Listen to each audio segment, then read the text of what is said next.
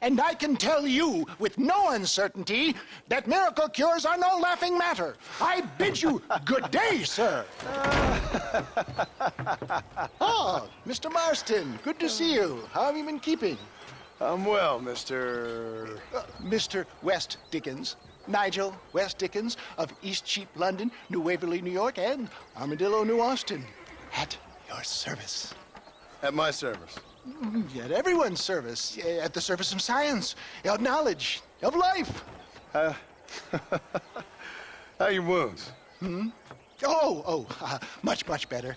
But then they would be. Would be... I know a cure for all ailments, Mr. Marston.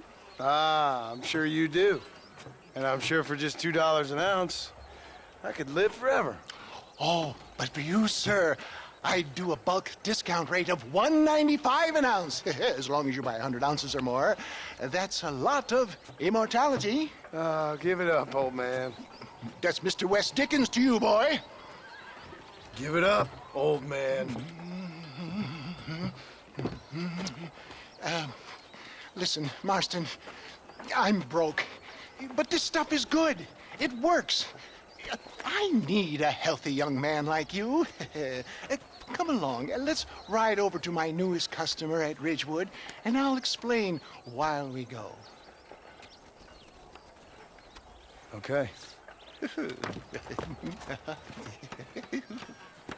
Head for Ridgewood Farm, John, and hurry.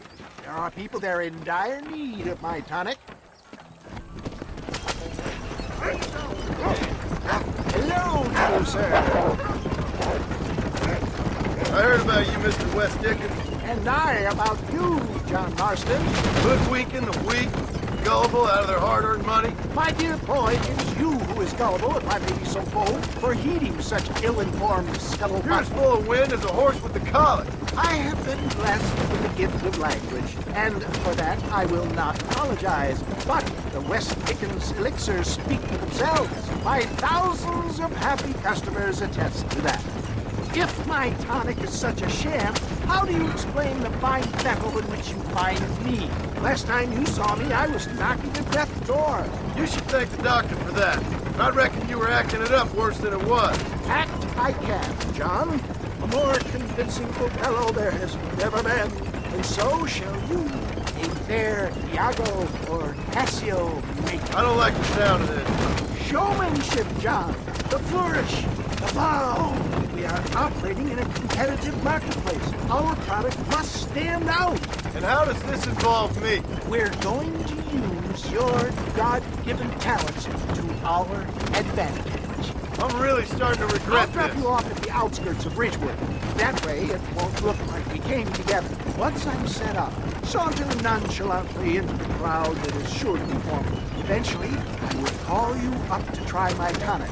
After extolling the virtues, I will have you perform a few feats of wonder to amaze and impress the paying. Such as? Oh, nothing out of the ordinary for a man in your line of work, I assure you. You hop out here, John. Follow me in on foot.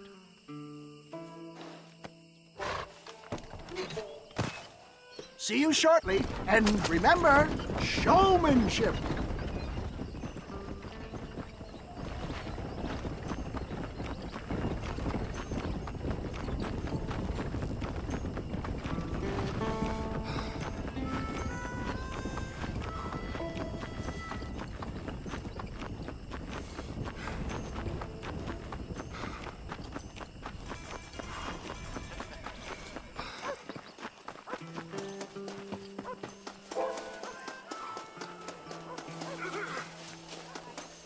Friends, hard-working souls of Cholla Springs, gather round, gather round. Do you suffer from rheumatism, lumbago, acute chronic sciatic, neurologic, or inflammatory pain? Well, I represent the only company that makes the genuine article that cures headaches, neuralgia, earache, toothaches, backache, swelling, sprains, sore chests, swelling of the throats, contracted cords and muscles, anxieties and ravaged nerves, stiff joints, wrenches, dislocations, cuts and bruises, and it adds vitality and vigor to the healthy man. But can you prove it, old man? Oh, I'm sure there's some customer here who could prove the qualities of it by taking a drink right now. You, sir, come up here. Step right up. That's the spirit. Ladies and gentlemen, pay close attention. This poor, wretched volunteer, entirely unknown to me, will demonstrate the effects of Dr. West Dickens' own patent tonic. Be you a cowpoke or athlete, this miraculous elixir developed with the wisdom of the East keeps the muscles supple and relaxes the cords. It loosens the joints and gives a feeling of youth and vigor to the whole system. Not possible, I hear you say. Well, doubt no longer. Faith can move mountains, but I ask not for faith. I am a man of science, and today science will be vindicated. Your eyesight has greatly improved. Is that not so, friend? If you say so. That's right, it is. You heard him. What a good sport you are, sir. Now, gaze over yonder at that porch. If you squint, you may just be able to make out the skull that's hanging there. Go ahead, friend. Shoot that skull and demonstrate the miraculous eyesight you now possess.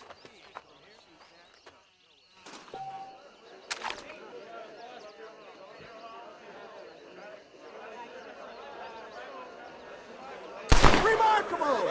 The eyesight of an eagle, granted by imbibing Dr. West Dickens' own patent tonic. Anybody can make that shot. This man is a fraud. If your eye's so damn sharp, why don't you try shooting my hat out of the air? My friends, our test case has been challenged to shoot a gentleman's hat out of the sky above our heads. You can fool these people, but you ain't fooling me. Right. Let's just see how sharp you is with a moving target. Steady yourself, stranger.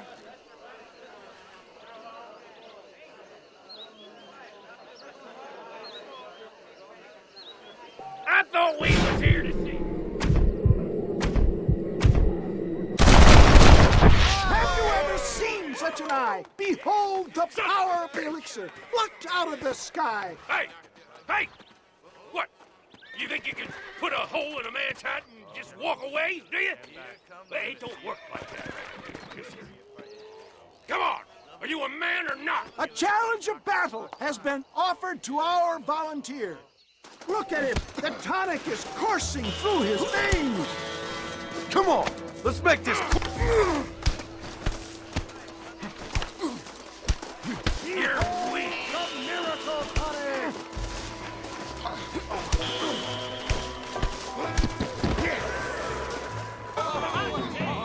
There it is, skeptics and dissenters! Irrefutable proof! Do not let this opportunity pass you by! Look, he's over there. Go get him. This ends now. Watch out! He's got a gun!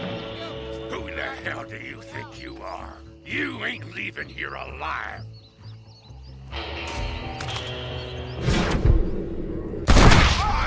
Marvelous shot, dear boy! The kind of deadly accuracy that can only be afforded by the West Dickens elixir. Come, I have plenty for all. You'll be fine. Get out of my way. Hey, where are you going? I want a bottle. Get me a bottle, please. One of them, right here. No harm in trying one bottle, I suppose. Well, I think that went kind of well, don't you? I'm just glad that my normal job involves either chasing after cattle or murderers. Not the likes of you, mister. Don't be like that. Now, if you'll excuse me, I'd like to say my goodbyes, head on back to the real world. Wait, sir. I've been thinking about your predicament, and I think I may have an idea. I've been thinking I could be your cunning Odysseus. Beware of the Greeks bearing gifts, sir. Williamson had better beware. We will make them into Trojans. I don't rightly get you. I want you to go and see my old friend Seth. He can come across as a little curious, but I'm sure you two will get on. He's most often found at Coots Chapel. He's very devout. Why see him?